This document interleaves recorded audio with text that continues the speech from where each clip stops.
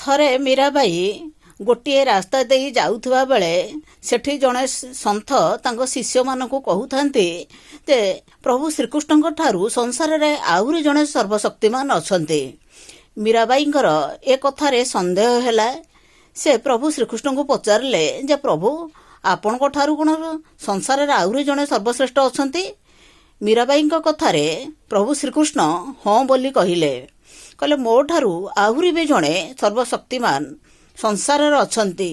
ସେ ହେଉଛନ୍ତି ଅଦୃଶ୍ୟ, ଅଦାହ୍ୟ, ଅକାଟ୍ୟ, ଅସ୍ପୃଶ୍ୟ, ଅଣାକାର। ନା ତାଙ୍କୁ ଦେଖି ହୁଏ, ନା ତାଙ୍କୁ ଛୁଇଁ ହୁଏ, ନା କାହାକୁ କାଟି ହୁଏ, ନା ତାଙ୍କୁ ଆକାର ତାଙ୍କର ଅନୁମାନ କରିହୁଏ। ମୋର ବରଂ ଆକାର ଅଛି, ରୂପ ଅଛି, ରଙ୍ଗ ଅଛି, ଜନ୍ମ ମୃତ୍ୟୁ ଅଛି, କିନ୍ତୁ ସେ ଯେଉଁ ଅଦୃଶ୍ୟ ଶକ୍ତି ସିଏ ହେଉଛନ୍ତି କାଳ। ସେଇ କାଳ ବ୍ରହ୍ମଙ୍କୁ କେହି କେବେ ବି ଦେଖିପାରିନାହାନ୍ତି, କିନ୍ତୁ ମୁଁ ବହୁତ ସାଧନା କରିକିରି ସେ କାଳ ବ୍ରହ୍ମକୁ ମୁଁ ଦେଖିପାରିଛି।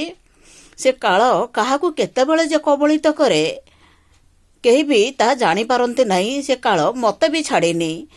ବିଭିନ୍ନ ଅବତାରରେ ମୁଁ ବି ମଧ୍ୟ କାଳର କରାଳ ଗର୍ଭରେ ମୁଁ ମଧ୍ୟ ଲୀନ ହୋଇଯାଇଛି। ତେଣୁ କାଳ କେମିତି କେତେବେଳେ କେଉଁ ରୂପରେ କାହାକୁ ଗ୍ରାସ କରିବ କେବଳ ସେଇ କାଳ ବା ପରମାତ୍ମା ସେ ଜାଣନ୍ତି। ସେ ହେଉଛନ୍ତି ସବୁରି ଊର୍ଦ୍ଧ୍ୱରେ। ତେଣୁ କାଳକୁ ଜୟ କରିବାକୁ ହେଲେ କେବଳ ଭକ୍ତି। ପ୍ରଭୁ ଶ୍ରୀକୃଷ୍ଣ କହିଲେ କେବଳ ଭକ୍ତି ମାର୍ଗରେ ତୁମେ ଗଲେ ଜନ୍ମ ମୃତ୍ୟୁ ଚକ୍ରରୁ ତୁମେ ବଞ୍ଚିପାରିବ ଏବଂ ସେତେବେଳେ ସର୍ବଶେଷରେ ତୁମେ ମୋରି ବ୍ରହ୍ମରେ ଲୀନ ହେଇଯିବ। ସେ କାଳ, ସେ ବ୍ରହ୍ମ ସମସ୍ତଙ୍କୁ ବି କରାଳ ଗର୍ଭରେ ଲୀନ କରିଦିଏ। ତେଣୁ ସେ କାଳ, ସେ ବ୍ରହ୍ମ ସେ ହେଉଛନ୍ତି ଅଦୃଶ୍ୟ ଶକ୍ତି। ସଂସାରରେ ଯାହା ବି ଘଟୁଛି, ଯାହା ଘଟିବାକୁ ଯାଉଛି ସେଇ ପ୍ରଭୁଙ୍କ ନିର୍ଦ୍ଦେଶରେ।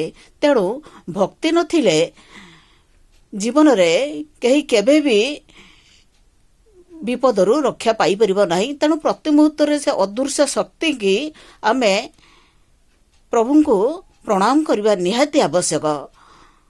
ପ୍ରଭୁ ଏ ଜନ୍ମରେ ଆମକୁ ଯେମିତି ଆମର ସମସ୍ତ ପାପରୁ ଆମକୁ ମୁକ୍ତି କରନ୍ତୁ, ଆମକୁ ସଦ୍ଗତି ଦିଅନ୍ତୁ, ଆମକୁ ସଦ୍ବୁଦ୍ଧି ଦିଅନ୍ତୁ। ଆମର ଅବଶିଷ୍ଟ ଜୀବନ ଯେମିତି ପ୍ରଭୁଙ୍କ ପାଦ ତଳେ ଆମେ ରଖିକିରି ଆମର ଅବଶିଷ୍ଟ ଜୀବନ ଖୁସିରେ କଟିଯାଉ। ତେଣୁ ମଣିଷ ମନର ଯେଉଁ ଗର୍ବ, ଅହଙ୍କାର, ଦେଶ, ରାଗ, ରୁଷା ସଂସାରରେ କାହାର ରହିନି କି ରହିବ ନାହିଁ। ସେ ପ୍ରଭୁ କରାଳ ଗର୍ଭରେ ସମସ୍ତେ ଆମେ ଲୀନ ହେଇଯିବା। ତେଣୁ ପ୍ରଭୁଙ୍କୁ ସବୁବେଳେ ନିହାତି ଆପଣ ପ୍ରଣାମ କରନ୍ତୁ। ଜୟ ଜଗନ୍ନାଥ।